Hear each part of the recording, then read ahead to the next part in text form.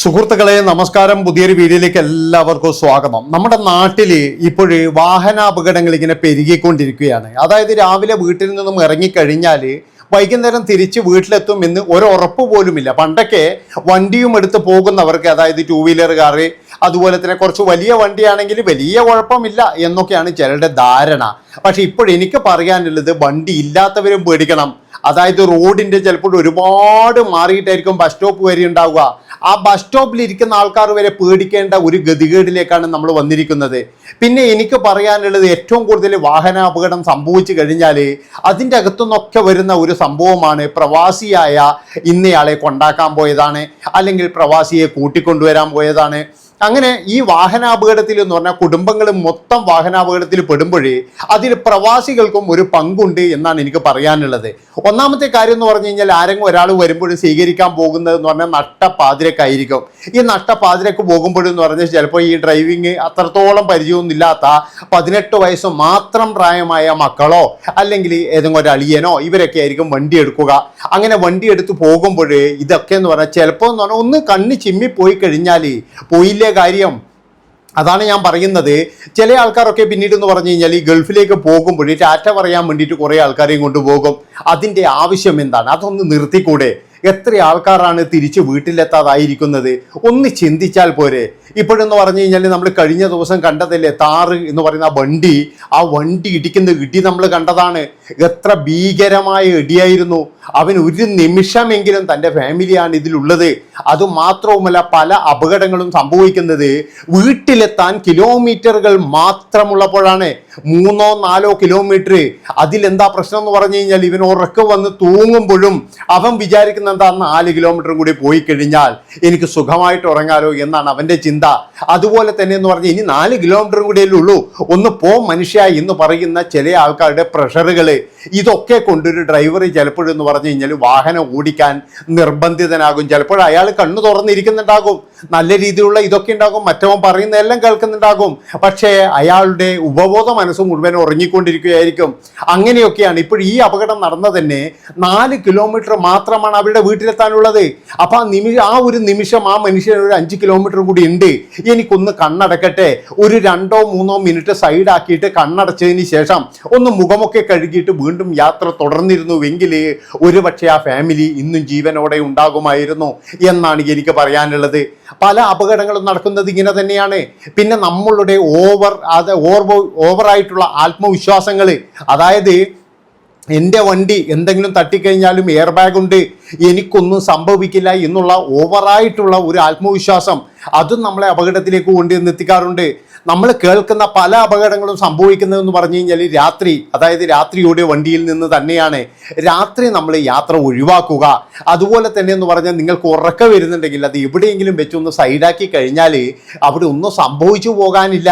പിന്നെ ഈ മരണപ്പാച്ചിൽ പായുന്നില്ലേ, ഹോണൊക്കെ അടിച്ച് ആൾക്കാരൊക്കെ ഭയപ്പെടുത്തിക്കൊണ്ട് ഓരോ 2 വീലർ ആയാലും അതുപോലെ തന്നെ എന്ന് പറഞ്ഞാൽ 4 വീലർ ആയാലും പിന്നെ ഈ ബസ്സുകാരായാലും ഇവരൊക്കെ പായുന്ന മരണപ്പാച്ചിലുകൾ ഉണ്ടല്ലോ, അതായത് യാതൊരുവിധ ശ്രദ്ധയുമില്ലാതെയുള്ള ഡ്രൈവിങ്ങുകൾ, അവർക്കൊക്കെയുള്ള ഒരേ ഒരു ആത്മവിശ്വാസം ഇതാണ്, എനിക്കൊന്നും സംഭവിക്കില്ല. അതായത് എൻ്റെ വണ്ടിക്ക് കുറച്ച് പവർ കൂടുതലുണ്ട്. ഈ പറഞ്ഞ ജീപ്പുകളും ഇതൊക്കെ എന്ന് പറഞ്ഞ് ചെറിയ പൈസ കിട്ടുന്നതല്ല. നമ്മുടെ 3 ലക്ഷത്തിനോ 4 ലക്ഷത്തിനോ വാങ്ങിക്കുന്ന സാധനമല്ല. 10-20 ലക്ഷം കൊടുത്തിട്ടാണ് ഇതൊക്കെ വാങ്ങിക്കുന്നത്. ഇതൊക്കെ വാങ്ങിച്ചു കഴിഞ്ഞിട്ട് അതിൻ്റെ ഉറപ്പും വീടും അതിനുണ്ടോ എന്ന് നമുക്കറിയില്ല. ഏതായാലും ആ വാഹനത്തിലുള്ളവരുടെ അവസ്ഥ നിങ്ങൾ കണ്ടതാണ്. അതുപോലെ ആ വാഹനത്തിൻ്റെ അവസ്ഥ കണ്ടാൽ തന്നെ നമുക്കറിയാം എത്രത്തോളം സ്പീഡിലായിരുന്നു ആ മനുഷ്യൻ പോയത്. അതുപോലെ തന്നെ എന്തോ ഭയങ്കരമായ ഇടിയായിരുന്നു. ആ പിഞ്ച് കുഞ്ഞുങ്ങളെ അവസ്ഥ ആലോചിക്കുമ്പോഴില്ലേ ശരിക്കും പറഞ്ഞു കഴിഞ്ഞാൽ ഇപ്പോഴെന്ന് പറഞ്ഞാൽ മനസ്സൊന്നൊരു നീറ്റൽ തന്നെയാണ്. അതായത് ഇതെത്ര കണ്ടു കഴിഞ്ഞാലും നമ്മൾ കണ്ണ് തുറക്കില്ല. അതാണ് നമ്മുടെ പ്രശ്നം. നമ്മൾ വീണ്ടും വീണ്ടും എന്ന് പറഞ്ഞ ഒരു പടയുമായിട്ടാണ് എയർപോർട്ടിലേക്ക് പിന്നെയും പോകുന്നത്. എൻ്റെ പൊന്നി ചങ്ങാതിമാരെ, നിങ്ങളൊരു കാര്യം ചെയ്യണം. അതായത് പ്രവാസികളോട് എനിക്ക് പറയാനുള്ളത്, ഒരാളെ പോലും നിങ്ങൾ കൊണ്ടുപോകാൻ പാടില്ല. ഇനി നിങ്ങൾക്ക് അങ്ങനെ വേണമെന്നുണ്ടെങ്കിൽ നിങ്ങൾ തന്നെ ഒരു ടാക്സി പിടിച്ച് പോകുന്നതാണ് ഏറ്റവും ബെസ്റ്റ് എന്ന് ഞാൻ പറയുള്ളൂ. അല്ലെങ്കിൽ എന്ന് പറഞ്ഞാൽ ഇതുപോലുള്ള കണ്ണീരില്ലാത്തും പലരും എന്ന് പറഞ്ഞാൽ എയർപോർട്ടിൽ കാത്തിരുന്നിട്ട് വീട്ടുകാർ അപകടത്തിൽപ്പെട്ട വാർത്ത അറിയുന്നവരുണ്ട്. അതുപോലെ തന്നെ കൊണ്ടുവിടാൻ ചെന്നിട്ട് ഫ്ലൈറ്റ് കയറിയിട്ട് അവിടെ ഇറങ്ങുമ്പോൾ കേൾക്കുന്നത് വീട്ടുകാരുടെ മരണവാർത്തയാണ്. ഇങ്ങനെ അനേകം പ്രവാസികൾ നമ്മുടെ നാട്ടിൽ നമ്മുടെ ജീവിച്ചിരിപ്പുണ്ട് എന്നുള്ളതാണ്. ഇപ്പോഴും ഉണ്ടാകും, ഇപ്പോഴും അന്വേഷിച്ചു കഴിഞ്ഞാൽ ഉണ്ടാകും. അതായത് പ്രവാസ ലോകത്തേക്ക് വളരെയധികം സന്തോഷത്തോടുകൂടി യാത്രയേക്കാൻ വന്നവർ മുഴുവൻ പിന്നീട് തിരിച്ചു വരാൻ കഴിയാത്ത യാത്രയിലേക്ക് പോയത് നമുക്കെല്ലാവർക്കും അറിയാം. നമ്മൾ പല അപകടങ്ങളും കണ്ടിട്ടുണ്ട്.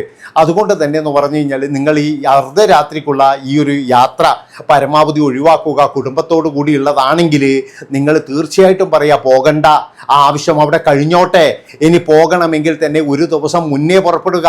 അത് എവിടെയെങ്കിലും വെച്ചിട്ട് കിടന്നുറങ്ങിക്കോ. അല്ലാതെ നിങ്ങൾ ഈ ലാഭത്തിന് വേണ്ടിയിട്ട് മരണത്തിലേക്ക് കൊണ്ടെത്തിക്കരുത് എന്നാണ് എനിക്ക് പറയാനുള്ളത്. പലരും ചെയ്യുന്നത് ഇതാണ്. നമുക്കൊരു കാര്യം ചെയ്യാം, രാത്രി 12 മണിക്ക് പോകാം, അപ്പോഴേ ട്രാഫിക് ജാം ഉണ്ടാവില്ലല്ലോ എന്നാണ് പലരും പറയുന്നത്. രാത്രിയാകുമ്പോൾ നമുക്ക് അടിച്ചു വിടാലോ എന്ന് ഒരിക്കലും നിങ്ങൾ ആ യാത്ര തിരഞ്ഞെടുക്കരുത്. എൻ്റെ പൊന്നു മക്കളെ, ഒരു കാര്യം ഞാൻ നിങ്ങളോട് പറയാം. അതായത് നിങ്ങളുടെ കുടുംബം തീരാ കണ്ണീരിലാഴ്ച പോകും എന്നാണ് എനിക്ക് പറയാനുള്ളത്. എത്ര വലിയ സുരക്ഷിതത്വമുള്ള വണ്ടിയായി കഴിഞ്ഞാലും അത് തട്ടിക്കഴിഞ്ഞാൽ ഇത്രയേ ഉള്ളൂ എന്ന് നമ്മൾ ഇപ്പോഴെങ്കിലും മനസ്സിലാക്കണം. അതുകൊണ്ട് തന്നെ എന്ന് പറഞ്ഞു കഴിഞ്ഞാൽ നിങ്ങളുടെ ജീവൻ മാത്രമല്ല, ഒരുപാട് പാവങ്ങളും റോഡ് സൈഡിലൊക്കെ കിടന്നുറങ്ങുന്നുണ്ടാകും, ഇല്ല റോഡ് സൈഡിൽ ബസ്സിന് കാത്തിരിക്കുന്നുണ്ടാകും. അങ്ങനെയുള്ള ഒരുപാട് ആൾക്കാർ, ഒരുപാട് പേര് സ്കൂളിൽ പോകുന്നവരുണ്ടാകും.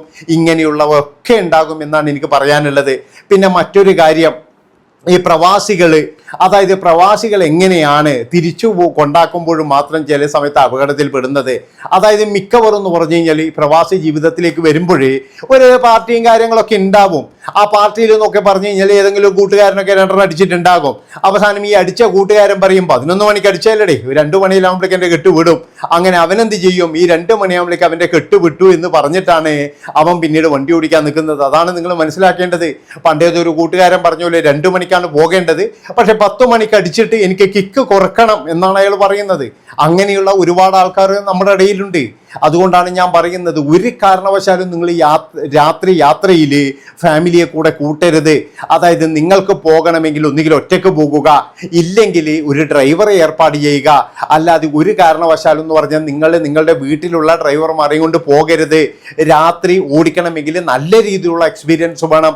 അത് ഇനിയെങ്കിലും മനസ്സിലാക്കുക. പിന്നെ മറ്റൊരു കാര്യം, ഈ മരണപ്പാച്ചലിൽ പാഞ്ഞു കഴിഞ്ഞാലും നിങ്ങൾക്കൊരു 10 മിനിറ്റോ ഇല്ലൊരു 5 മിനിറ്റോ ലാഭിക്കാം എന്നല്ലാതെ നിങ്ങൾക്ക് വേറൊരു തേങ്ങാക്കോലിയും കിട്ടാൻ പോകുന്നില്ല. അതാണ് നിങ്ങൾ മനസ്സിലാക്കേണ്ടത്. അതുകൊണ്ട് തന്നെ എന്ന് പറഞ്ഞാൽ ഉറക്കം വരുമ്പോൾ നമ്മൾ എവിടെയെങ്കിലും വെച്ചിട്ട് ഉറങ്ങുക കുറച്ച്.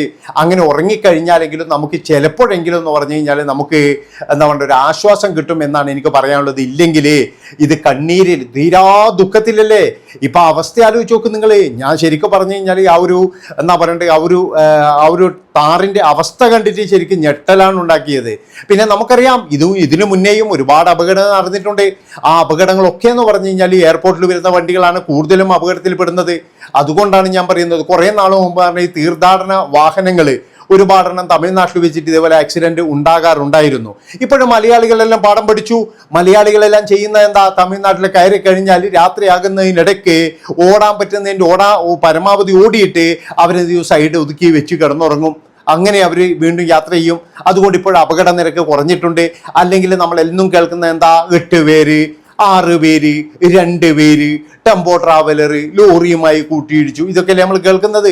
ഇപ്പോഴത് ഒരുപാട് കുറഞ്ഞിട്ടുണ്ട് എന്നാണ് എനിക്ക് പറയാനുള്ളത്. അതുകൊണ്ട് എല്ലാവരും ഒരു കാര്യം ചെയ്യുക. എന്താണെന്ന് വെച്ച് കഴിഞ്ഞാൽ എൻ്റെ കുടുംബമാണ്, അതുകൊണ്ട് അവരെ സുരക്ഷിതമായിട്ട് ഇവിടെ ഇരുന്നോട്ടെ, അവരെൻ്റെ കൂടെ വരണ്ട, ആ ടാറ്റ ഞാൻ ഇവിടുന്ന് തന്നെ പറഞ്ഞിട്ട് പോകാം എന്നുള്ള തീരുമാനത്തിൽ പ്രവാസികൾ എത്തണം എന്നാണ് എനിക്ക് പറയാനുള്ളത്. അപ്പോൾ ഇത്രയും പറഞ്ഞുകൊണ്ട് ഈ ഒരു വീഡിയോ ഇവിടെ വെച്ച് വൈൻഡപ്പ് ചെയ്യാണ്. ഇഷ്ടപ്പെട്ട് കഴിഞ്ഞാൽ നിങ്ങൾ എല്ലാവരും ഈ വീഡിയോ ഒന്ന് ഹൈപ്പ് ചെയ്യുക.